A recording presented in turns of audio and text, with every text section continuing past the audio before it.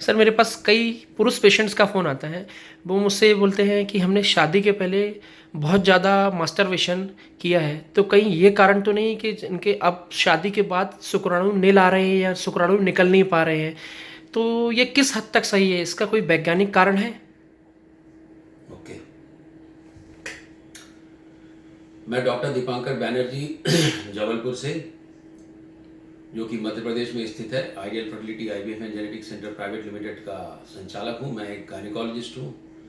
मैं एंड्रोलॉजी भी करता हूँ, मतलब मेल जो इनफर्टिलिटी है और मेल जो इम्पोर्टेंस है उसको हैंडल करता हूँ, और फीटल मेडिसिन भी करता हूँ।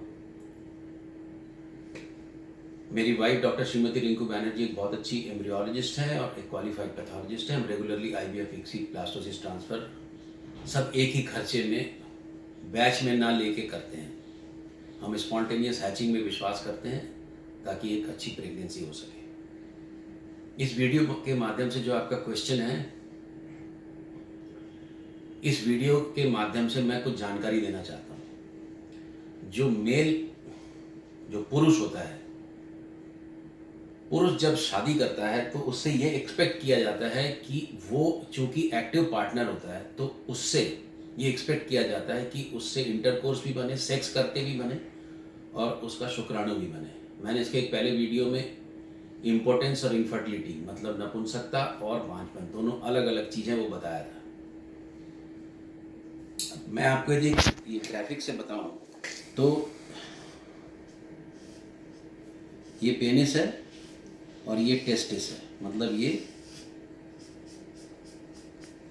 यहाँ से एक डक्ट निकलती है।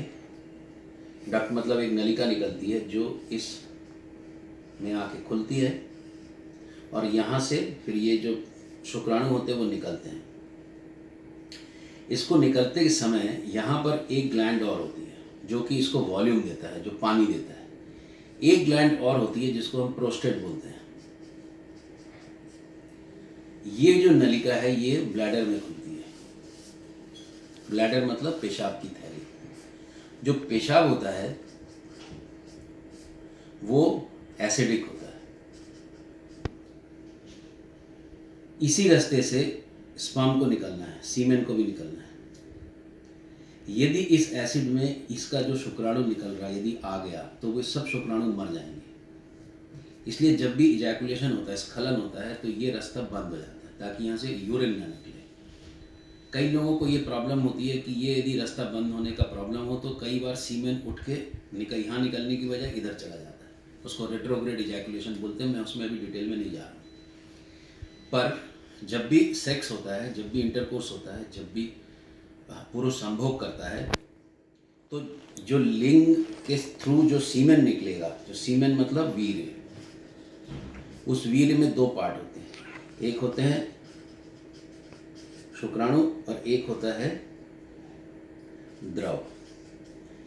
इसको निकलने के पहले प्रोस्टेट से एक पदार्थ निकलने लगता है जो इसको बेसिक कर देता है। मतलब इसका जो पीएच है, जो इसकी जलन है, उसको घटा देता है। ये जो पदार्थ निकलता है ये इंटरकोर्स के दौरान या उसके पहले या फिर जब पुरुष स्टिमुलेट होता है तब ये बाहर आता है। इस लिक्विड को लेके भी बहुत सारी भ्रांतियाँ हैं कि हमारे लिंग से सफ़ेद धात जाती है। जो सफ़ेद धात वर्ड है वो कुदरत ने बनाया इसीलिए ताकि जब सीमेन निकले, जब वीर्य निकले, तो उसको यूरिन की जो जलन है, यूरिन का जो एसिडिक पार्ट है, उसको एक्सपोज ना हो और स्पर्म जिंदा रहे।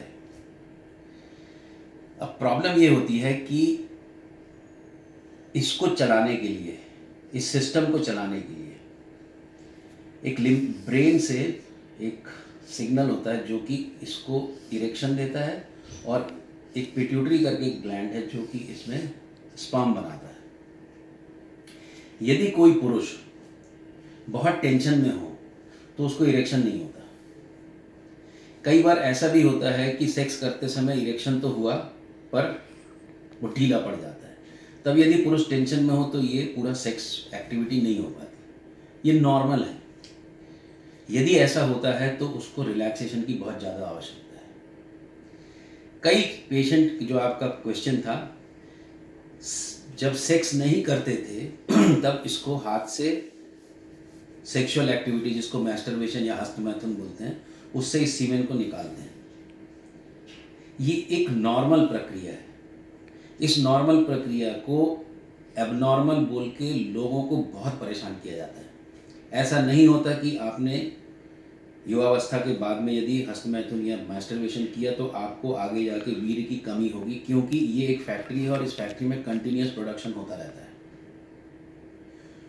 दूसरी बात, जो यंग लड़के होते हैं या जस्ट मैरिड यदि हुए और यदि वो सेक्स रेगुलरली नहीं कर पाए तो कई बार ड्यूरिंग नाइट ड्रीमिंग के दौरान भी स्खलन हो जाता है। उसको नॉक्टर्नल एजिकुलेशन बोलते हैं।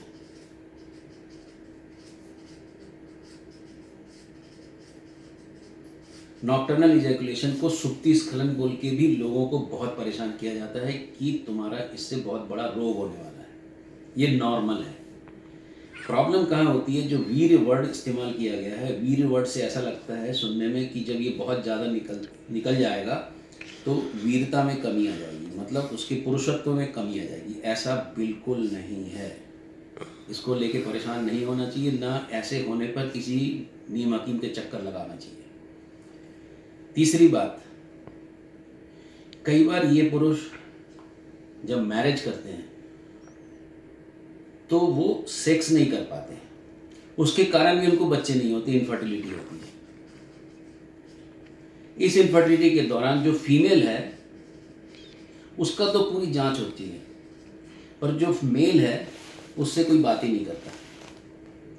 जब ये मेरे से आके बात करते हैं तो कई बार मुझे बताते हैं कि वर्क प्रेशर के कारण जो आईटी वाला सेगमेंट है, जो बहुत ज़्यादा रेगुलरली बहुत स्ट्रेस्ड रहते हैं अपने कामकाज में, या उनको बहुत ज़्यादा प्रेशर दिया जाता है काम का, या बहुत लंबे समय तक काम करते हैं, या फिर जब काम करके घर लौटते हैं तो बहुत थक जाते हैं, तो उनका ये इरेक्शन नहीं होता, बिकॉज उनका माइंड ऑलरेडी थका हुआ है।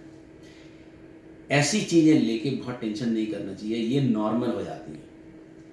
यदि ये सेक्स करने में पहले मैस्टरबेशन कर चुका है और उसका सीमेन निकल चुका है तो ये बंदा नॉर्मल है। सेक्स अभी इसलिए नहीं कर पा रहा क्योंकि टेंशन में है। यदि इस टेंशन को दूर कर दें तो ये अपने आप नॉर्मल हो जाएगा। इसको लेके बहुत ज़्यादा दवाई कराने की ज़रूरत नहीं है। मेरे ख्याल से ये जो बातें मैं बता रहा हूँ ये एक टेक्स्ट बुक के हिसाब से जो वैज्ञानिक तथ्य हैं वो बता रहा हूँ। इनको लेके बहुत ज़्यादा परेशान नहीं होते हैं।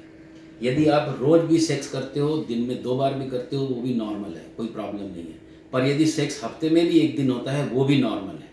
कोई ज़रूरी नहीं कि ओव्यूलेशन के दिन ही आपका सेक्स हो तभी बच्चा होगा। जब ये वीर्य में शुक्राणु होते हैं, ये शुक्राणु महिला की योनि में कई बार 6-7 दिन तक जिंदा रहते हैं। तो यदि 6 दिन पहले भी ओव्यूलेशन के पहले इंटरकोर्स हुआ हो तो भी बच्चा हो सकता है।